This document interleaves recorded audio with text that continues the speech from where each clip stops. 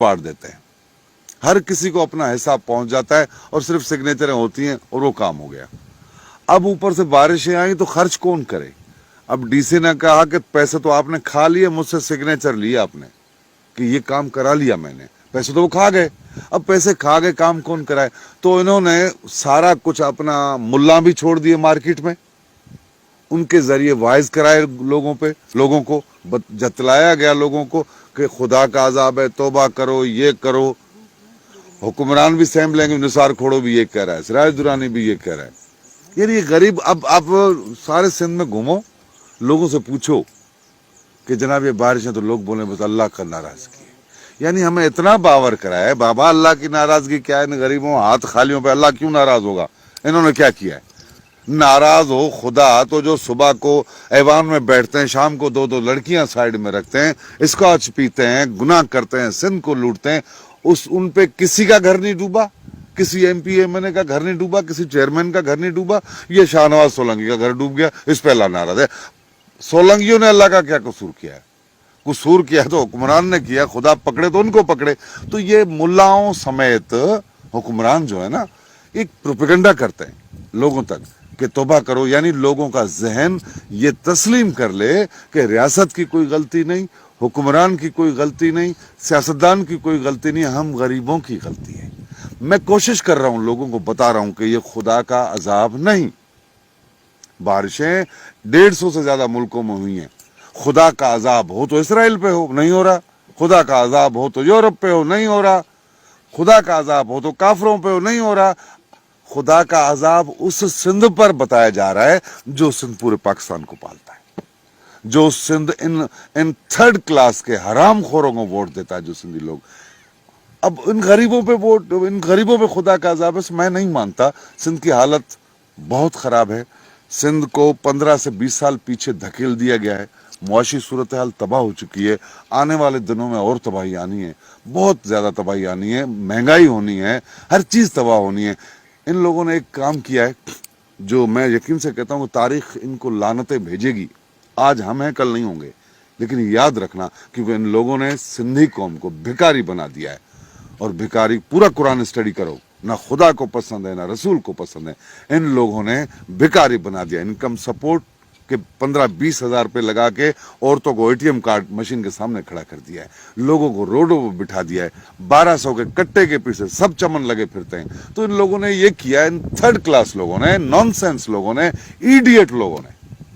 और मैं इन्होंने वोट लेते हैं और हम जैसे सादा दिल लोगों से, अनपढ़ लोगों से चावल की प्लेट पे और एटीएम कार्ड पे वोट ले रहे हैं और एक नॉनसेंस लोग हुक्मरानी कर रहे हैं। अच्छा, इस हवाले से भी जैसे कितने अरसे से पीपल्स पार्टी की हुकूमत है सिंध पे, तो ये सलाह आते ही रहते हैं। उस हवाले से और दीगर मसाइल भी लोगों के दरपेश हैं।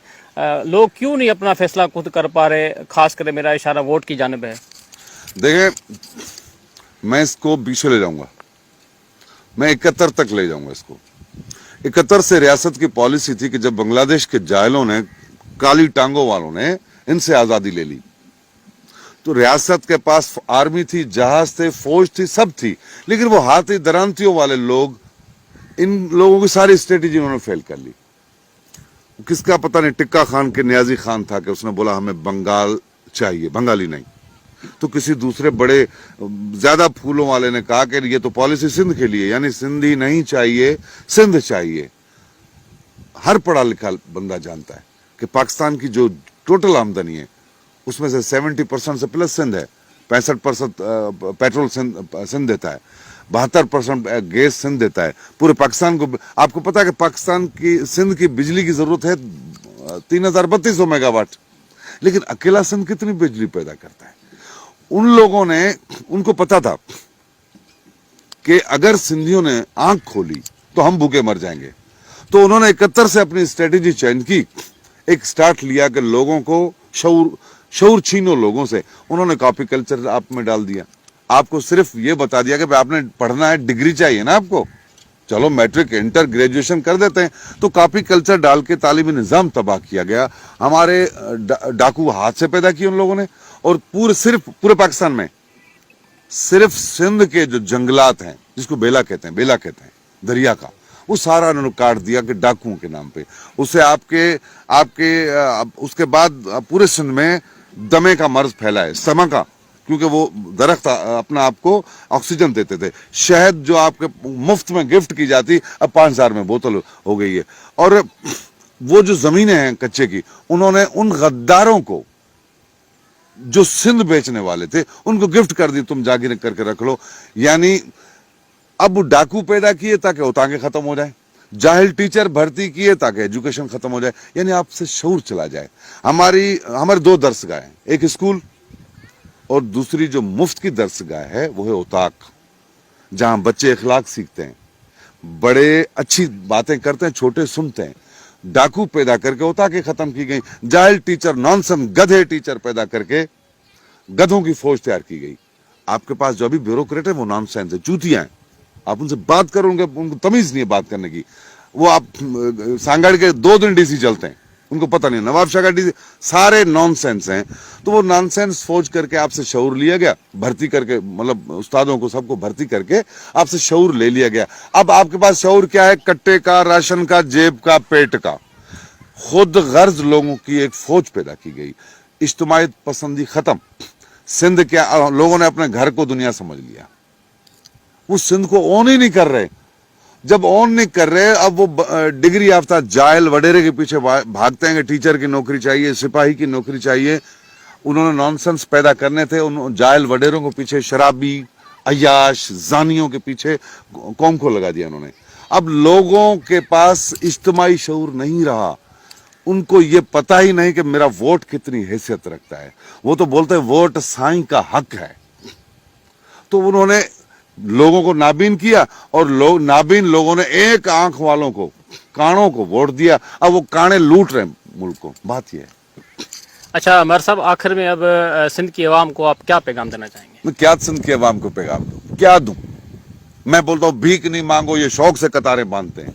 ان کو پتا ہے کہ ایک دیگ میں سے 70 لوگ کھانا کھاتے ہیں, لیکن ایک دیگ کھولو 500 لوگ بھاگیں گے. ان جاہلوں کو پتا نہیں کہ 400 لوگ خالی لوٹیں گے, لیکن پھر بھی بھاگتے ہیں. کٹے کا بتاؤ کتنا چلتے ہیں. یہ بھیک مانگنے والے لوگ ہیں. میں تو بولتا ہوں بنا دیا یہ. میرا تو بس چلے سیاست دانوں کو, بیوروکریٹوں کو, ایک سلنڈر میں بند کرو, بم مارو, تباہ کرو. یہ جو ہاتھ مانگنے والا ہاتھ ہے نا, وہ بھکاری ہے. وہ غیرت مند نہیں ہو سکتا.